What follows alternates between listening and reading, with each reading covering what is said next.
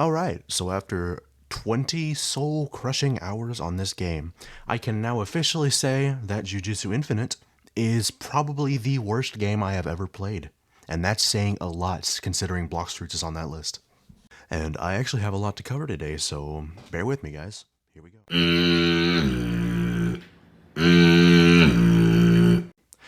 I actually want to start things off with the community. The community is f***ing rabid. They will go after anyone who talks this game at all. They do not care. Now, there's two actual big examples of this, which they're both YouTubers. We have one called Misery, I don't know how to say his name, I'm sorry. And another one that I actually watch quite frequently, Eclipse. Now, both of them made very good points.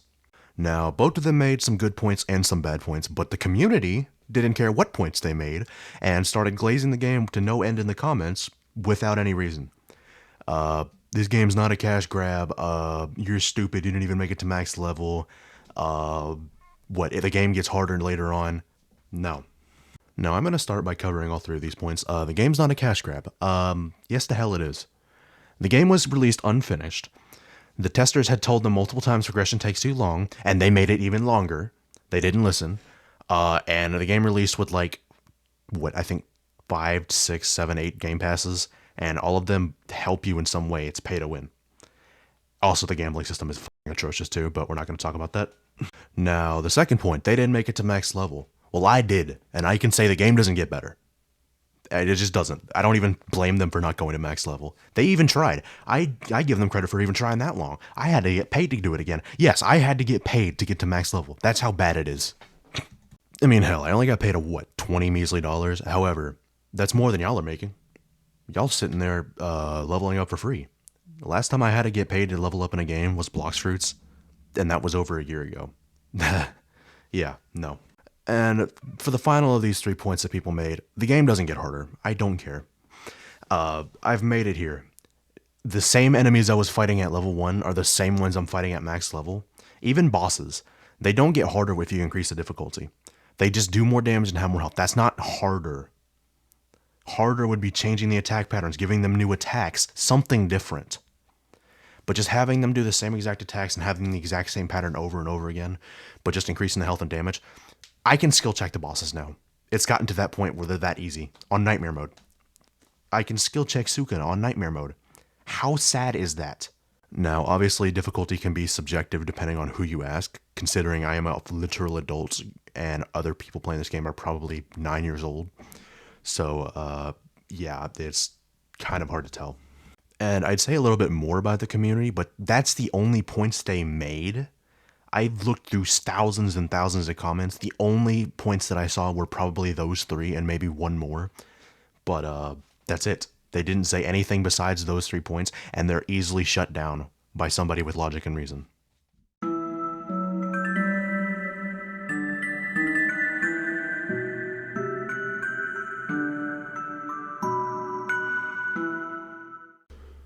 So a lot of people have said the progression is more like Blox Fruits, and I would have to disagree. I do believe the progression is more like Shinobi Life, Shindo Life for people who didn't play it back before it got renamed. And yeah, it plays almost exactly the same progression-wise. There's no differences at all. Another big problem with progression is the story.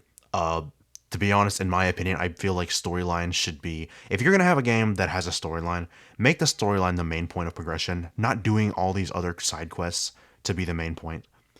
Because what's the point of having a storyline? Because, like, in my opinion, I think the storyline was probably the most useless part of the game. You could completely remove it, and nothing would change whatsoever. It serves no purpose. Like, you added this... Okay, you set the premise for the game in the tutorial. I'm like, okay, that's cool. They did nothing with it. I understand the game's not done yet, or even close to done. However, I've gone through 420 levels, and the only thing I've learned from the story is something about dimensional fingers, and the fact that I merged with Gojo. By the way, the worst character in JJK. And putting the story aside, there's no other way to actually progress without being bored out of your mind. Investigations are tedious and take too long. I'm sorry, they do. Missions, who the hell wants to sit in one place, beat up a bunch of NPCs, teleport back to the place you just were, beat up more NPCs, come back, repeat the cycle. That's it. That's all that is. I feel like bosses are like the only redeeming quality for progression, but by the fact that I played bosses so many times at this point, the first 10 times or so, it was cool and all, but then I learned the attack patterns, and then they never changed the attack patterns, ever. I went to Nightmare difficulty, I went to every other difficulty on every boss. The attack patterns did not change at all. And I'm just like, well, now what's the point? I know the attack patterns, I can do this blindfolded. So, I guess I'm done. But no, I'm not, because I'm not max level, so I gotta do it over and over and over again. So, yippee!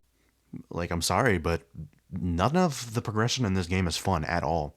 The only part of it was fun was the first time I fought every boss, and like the first 2 or 3 missions that I did, until I realized I was gonna be doing this for another 15 to 16 hours. And that was hell. I didn't like it.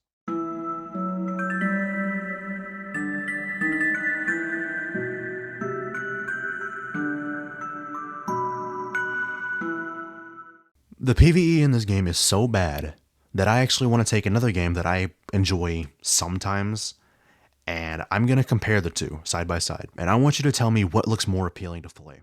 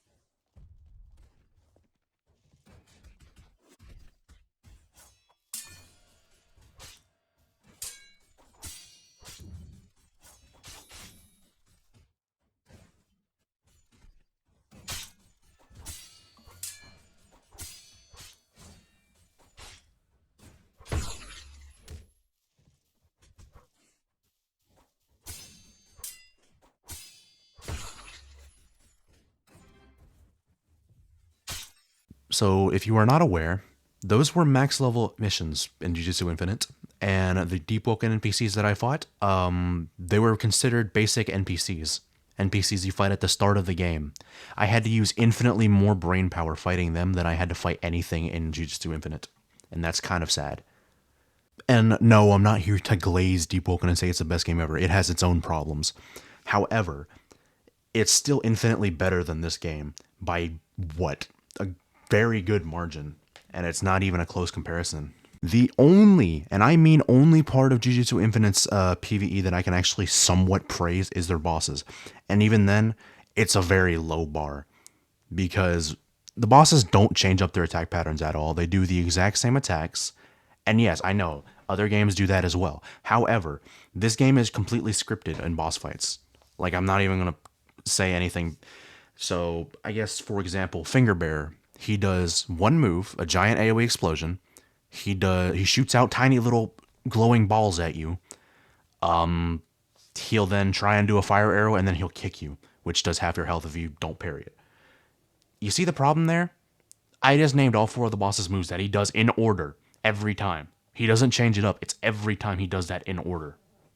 And that's kind of just it. Besides that, none of the NPCs in the game actually have any random attacks, besides, I guess, curse users. But even then, once you figure out what they have, they don't do any different moves. No, they'll do the same moves over and over again.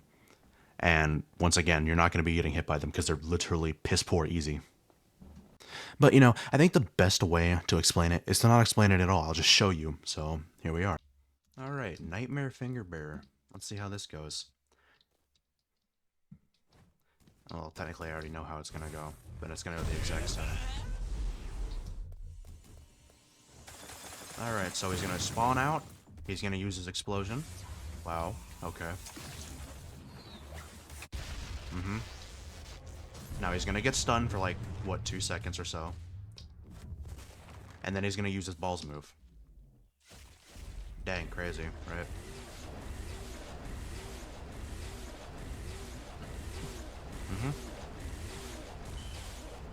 Okay.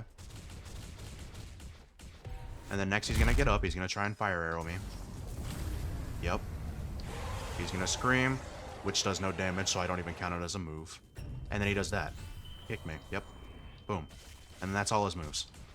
And by the way, that wasn't pre-recorded or anything. No, that was just me predicting the boss in real time, and it's kind of hilarious. Because he has no other moves that he can do besides those four. And then once he cycles through his four moves, he literally sits still until he can use his AoE explosion again, and that's it.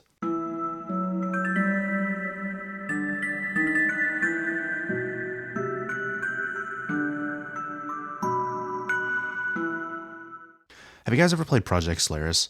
Because that's exactly what this game's combat is trying to be, and they fail at it somehow. The combat in this game basically is you rush to your opponent, you start a combo, then you spam a whole bunch of moves until they evasive, you do another rush, start another combo, and that's it. You do that until they die, or it's the other way around and you die. And maybe it's just with how the game's movement is, but the way I see it, the only two actual combo starters in the game is Chain Grab, which is Tendril for non-heavily restricted users, and your Rush, and that's it. There is really no other combo starters.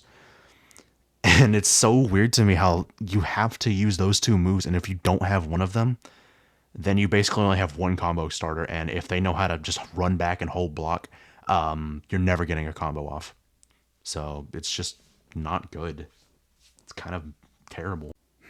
And I think a funny thing is, I actually do quite enjoy the movement in this game, but it doesn't fit when you have a PvP mode. It would be fine if this game was entirely PvE, but PvP just doesn't fit. It's just kind of this oddball that's there. It doesn't serve any real purpose besides, I guess, getting items faster if you do a bunch of ranked. But that's it. It shouldn't exist in this game at all.